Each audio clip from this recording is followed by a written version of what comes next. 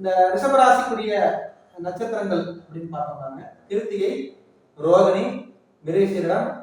இந்த நட்சத்திர நாயகர்களுக்கு இந்த ரிஷபராசிக்கு சனி பயிற்சி பலாபலங்கள் என்ன சொல்லுதுனாங்க.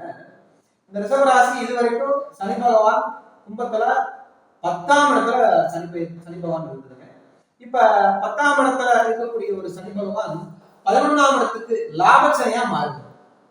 இதுவரைக்கும் 10ஆம் இடத்துல சனி இருந்தாலும் அவங்களுக்கு ஒன்றும் ஒரு பலாபலம் கிடையாது, ஒரு பாதிப்பு தான் கொடுத்ததா தவிர நல்ல ஒரு பலன்கள் நல்ல ஒரு முன்னேற்றம் கிடையாது. இந்த 10ஆம் இடத்து சனி கர்மச்சனி அப்படிங்கிற ஒரு கருத்தும் இதுல உண்டு. இருந்தாலும் சில சில தொந்தரவுகளும் உடல் உபாதைகளும் மருத்துவ செலவுகளும் மாற்ற செலவுகளும் நிறைய கொடுத்துருக்கும். ஆனா இப்ப நடக்கிற சனி பயிற்சி இந்த பங்குனி மாசம் 15ஆம் தேதி ஏற்படக்கூடிய லாப சனி வந்து ரிஷபராசிக்கு நல்ல ஒரு முன்னேற்றம், நல்ல ஒரு மேன்மை, நல்ல ஒரு முன்னேற்றம் கொடுக்கக்கூடிய ஒரு சனி.